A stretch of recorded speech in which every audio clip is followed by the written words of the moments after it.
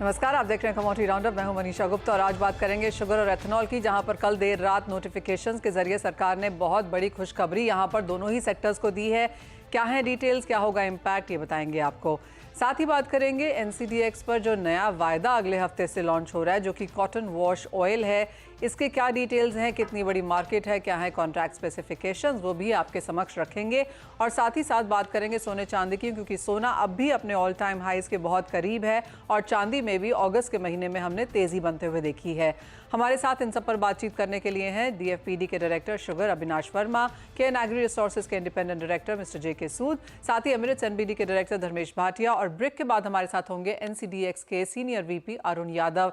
लेकिन क्लियरली चीनी यहाँ पर सबसे बड़ी खबर फिलहाल बनती हुई नजर आ रही है, जहां पर अंतर्राष्ट्रीय बाजारों में प्राइसेस में तेजी है ही, और जहां तक घरेलू बाजारों की बात है, यहां पर एक अच्छी खासी बढ़त भी देखने को मिली है। अगर दोनों नोटिफिकेशंस यहां पर साथ में देखें तो चीनी मिलों को अब यहां पर एथेनॉल बनाने पे जो रोक थी, जो दिसंबर में हमने रिस्ट्रिक्शंस आते हुए देखी थी, वो अब हटते हुए नजर आई हैं। यानी कि अब चीनी मिलें यहां पर केन जूस, सी हैवी और बी हैवी मोलासिस से एथेनॉल बना सकती है। और जो दूसरा बड़ा यहाँ पर हमने नोटिफिकेशन आता हुआ देखा, वो ये है कि चावल की जो प्राइसिंग है और जो प्रोसीजर है, वो प्राइवेट ट्रेडर्स के साथ साथ अब जो एथेनॉल डिस्टिलरीज वाले हैं, वो भी एफसीआई की ई ऑक्शंस में यहाँ पर अब हिस्सा ले पाएंगे।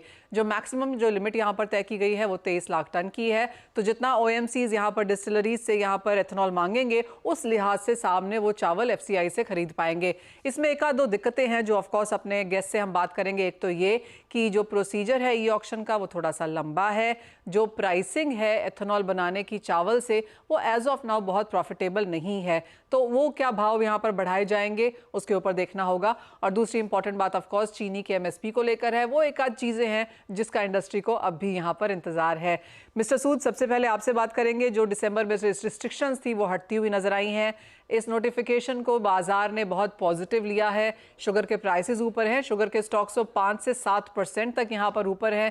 कैसे देखते हैं आप फर्स्ट नोटिफिकेशन, जो कि पूरी तरह से खुलता हुआ दिखा है एथेनॉल के लिए? That's for me. हाँ जी, यस। हाँ जी, नमस्कार। बेसिकली ये जो इथेनॉल की नोटिफिकेशन है, सीलिंग ऑफ करना, ये तो डिफॉल्ट पोजीशन थी।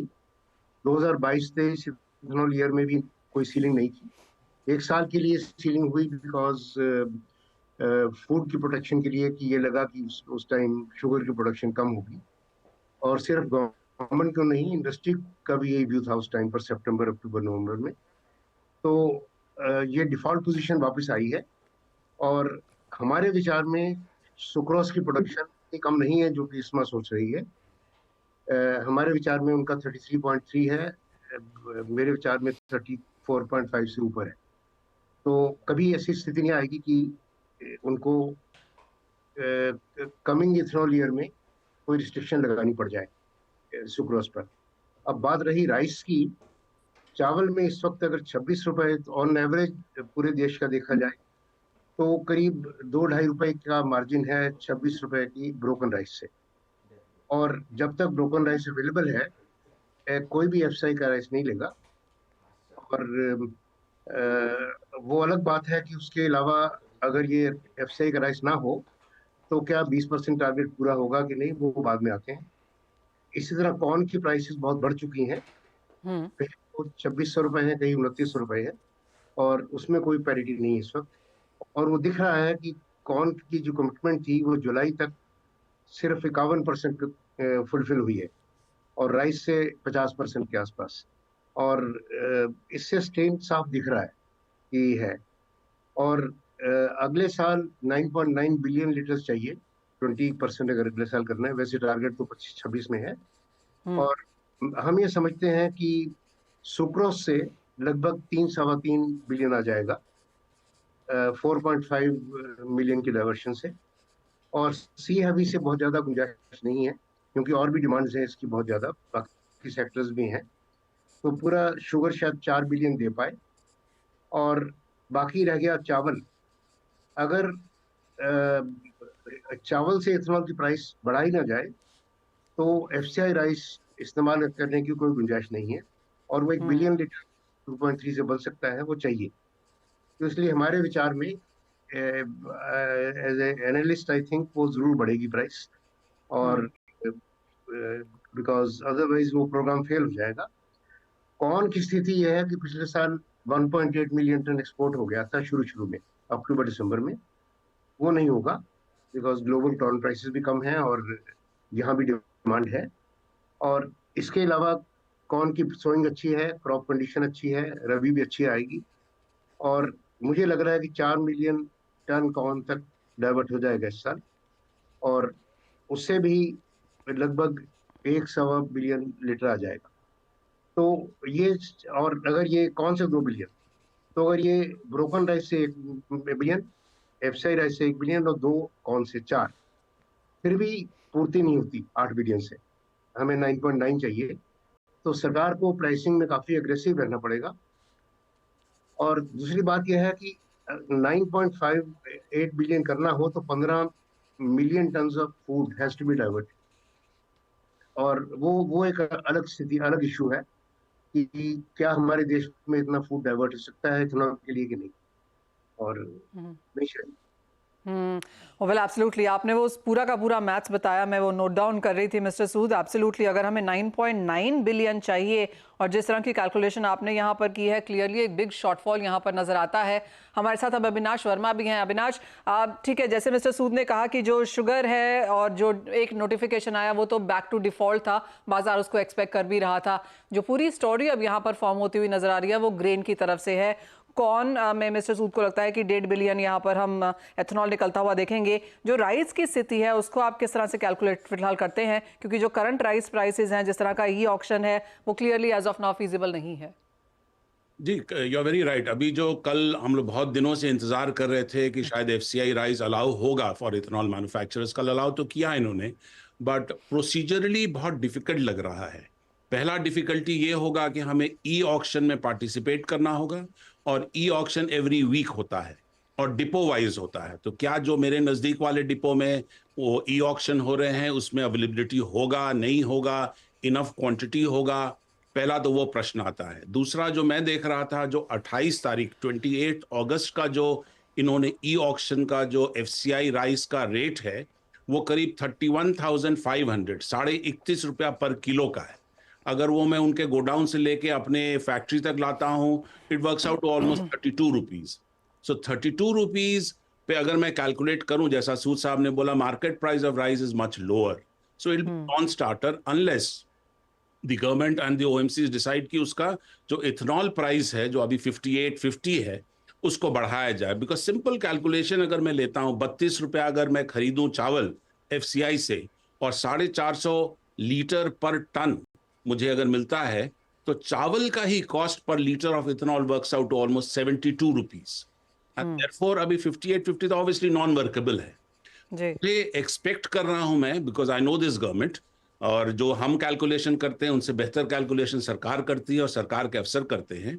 तो मैं एक्सपेक्ट कर रहा हूं कि there has to be some other order, following order from here.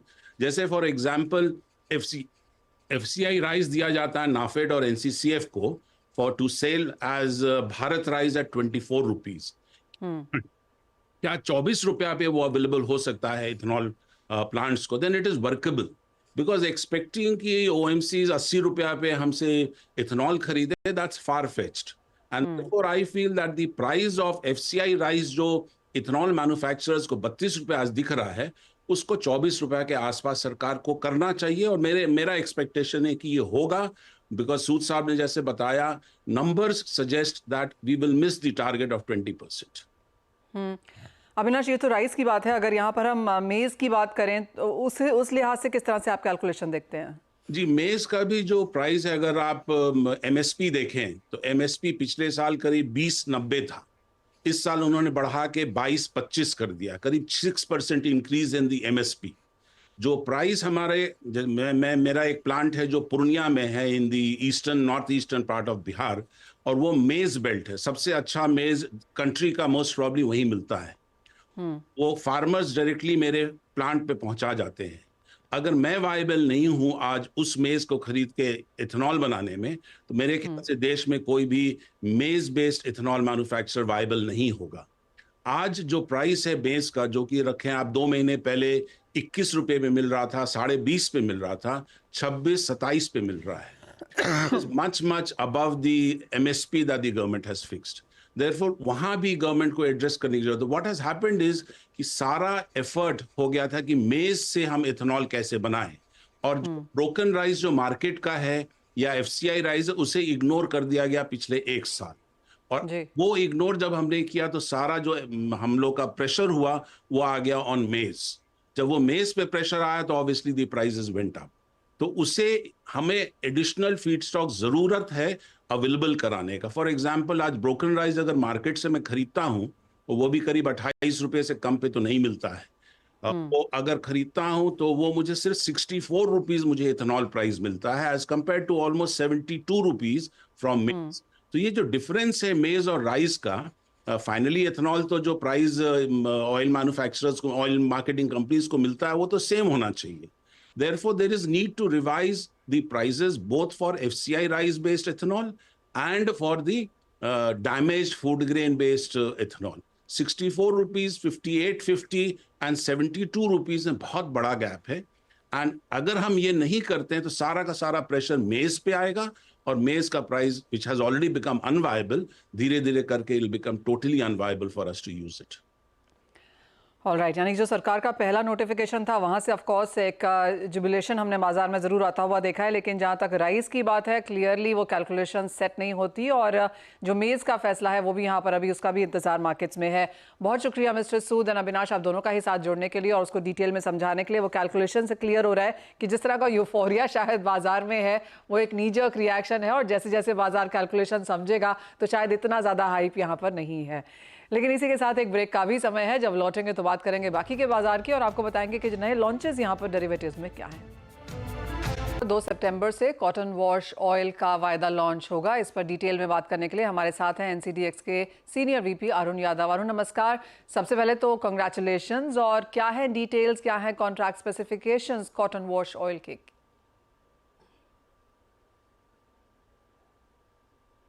नमस्कार मनीषा जी, और बहुत बहुत धन्यवाद आपकी कॉन्ग्रेचुलेशंस के लिए. जहाँ तक कॉटन वॉश ऑयल का सवाल है, अगर मैं इसकी बात करूँ तो ये एक ऑयल सीड्स का, या मैं कहूँगा एडिबल ऑयल में मेजर कॉन्ट्रैक्ट है. और जहाँ तक इसके स्पेसिफिकेशन की अगर हम बात करें तो ये हमारा एक कैश सेटल कॉन्ट्रैक्ट रहेगा, जिसका बेसिस सेंटर हमने कड़ी जो गुजरात के अंदर आता है उसको रखा है.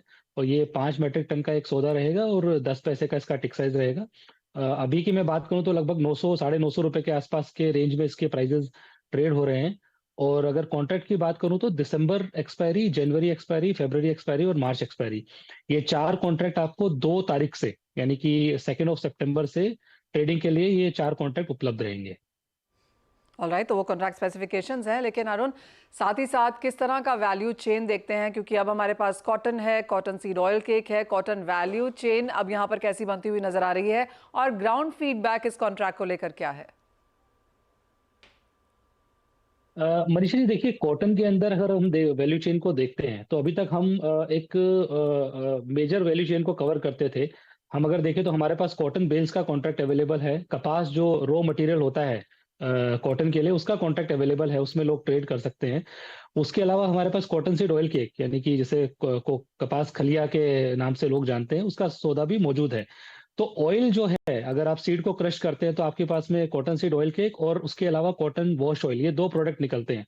तो कॉटन वॉश ऑयल का कॉन्ट्रैक्ट नहीं होने की वजह से वैल्यू चेन को हमेशा ये एक, मैं कहूँगा, रिस्क रहता था कि उनके पास में अगर वो क्रशिंग करते हैं तो हेज करने के लिए कॉटन सीड ऑयल केक का कॉन्ट्रैक्ट तो है, लेकिन ऑयल का कॉन्ट्रैक्ट नहीं है.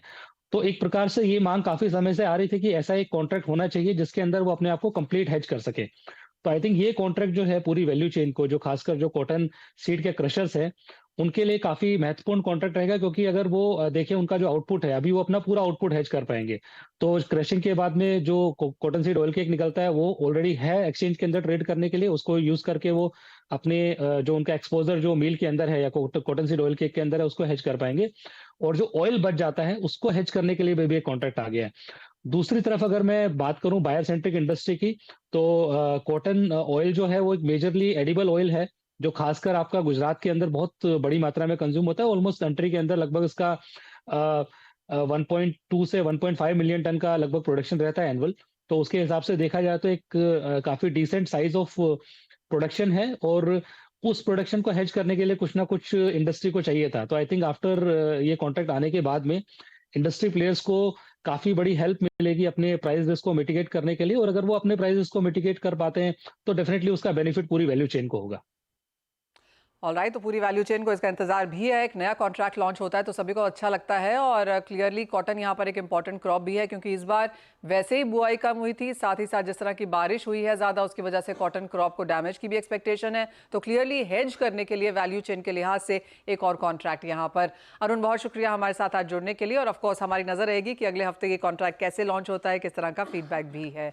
लेकिन आगे बढ़ते हैं और बात अब यहाँ पर प्राइसेस की कर लेते हैं। धर्मेश, आपसे सबसे पहले यहाँ पर सोने चांदी पर ही बात करना चाहेंगे, क्योंकि हफ्ते का अंत है, ऑलमोस्ट मंथ का भी एंड है, और गोल्ड सिल्वर में यहाँ पर पॉजिटिव क्लोजिंग बनते हुए हम देख रहे हैं। सितंबर की शुरुआत आप कैसे करना चाहेंगे? देखिए, सोने की बात करें तो सोना ऑलमोस्ट लाइफ टाइम हाई के इर्द गिर्द ट्रेड हो रहा है। 2525 2530 का स्तर कल शाम के सत्र में लगा चुका है, तो प्राइस काफी स्टेबल है। बट बहरहाल मेरे हिसाब से कहीं ना कहीं मार्केट में एक प्रॉफिट बुकिंग आनी जरूरी है, क्योंकि हेल्दी करेक्शन ही मार्केट को आगे लेके जा सकता है। तो मैं स्पेकुलेटर्स को रेकमेंड कर सकता हूँ कि यहाँ पे आप थोड़ा सा बिकवाली करके चल सकते हैं। एंटिसिपेट करिए कि यहाँ से 200 से 500 रुपए की गिरावट करंट लेवल से भी आ सकती है। अराउंड 71,800 से लेके 71,700 तक के लेवल आपको देखने मिल सकता है। वहां पे फिर से आप निवेश करके चल सकते हैं। दूसरी रही चांदी की बात, तो चांदी देखिए तो $30 का जो एक साइकोलॉजिकल स्तर है कंटिन्यूसली मेंटेन रखा है, और फिर से 28-29 डॉलर पे रुक जाता है। तो करंटली अगेन चांदी भी सोने को फॉलो करेगी, और कहीं ना कहीं वहां पे भी एक छोटी अवधि के लिए प्रॉफिट बुकिंग आ सकता है, और प्राइस फिर से 83,000 तक के लेवल्स आपको दिखा सकता है। तो स्पेकुलेटर्स बिकवाली कर सकते हैं। वीकेंड है, मंथ एंड है, कहीं ना कहीं प्रॉफिट बुकिंग आ सकता है। बट लॉन्ग टर्म के लिए डेफिनेटली दोनों अच्छे काउंटर्स है, अच्छे निवेश करके चल सकते हैं। मैं एंटिसिपेट करता हूँ कि साल के अंतराल तक यानी दिवाली तक ये 88,000 चांदी, और सोने की बात करें तो 75,000 तक के लेवल्स आपको सोने में देखने मिल सकते हैं। साथ ही साथ धर्मेश, ये दूसरा ऐसा महीना है जब क्रूड ऑयल प्राइसेस एक वीकली मंथली डिक्लाइन दिखाता हुआ नजर आ रहे हैं। यानी कि जुलाई में गिरावट देखने को मिली, अगस्त में भी यहाँ पर अब गिरावट है। करंट लेवल्स पे क्रूड में क्या करने की राय है? देखिए, कच्चे तेल की बात करें तो अगेन कच्चा तेल कंप्लीटली बैकवर्डेशन में चल रहा है। यही कंटिन्यूस मैं कह रहा हूँ कि आगे के महीने और पीछे चल रहे हैं। इसका मतलब है कि कोई लेवाल है नहीं, फंडामेंटली मार्केट में तेजी है नहीं। जो भी मार्केट में स्पाइक देखने मिल रहा है या तो जियोपॉलिटिकल टेंशन होता है या मार्केट में सप्लाई कंस्ट्रेंट के कारण। बट करंटली मुझे लगता है कि यहाँ पे मार्केट काफी स्थिरता दिखा सकता है। तो मैं रेकमेंड करूंगा कि यहाँ पे बिकवाली करके चल सकते हैं। अराउंड 6,300 से लेकर 6,250 के स्तर आपको कच्चे तेल में देखने मिल सकता है। ऑलराइट, तो वो क्यूज हैं ऑफ कोर्स यहाँ पर एनर्जी और सोने चांदी के लिहाज से। बहुत शुक्रिया धर्मेश हमारे साथ आज जुड़ने के लिए और वो स्ट्रैटेजीज भी शेयर करने के लिए। एक ब्रेक का समय है, लौटेंगे तो बात करेंगे इक्विटीज की।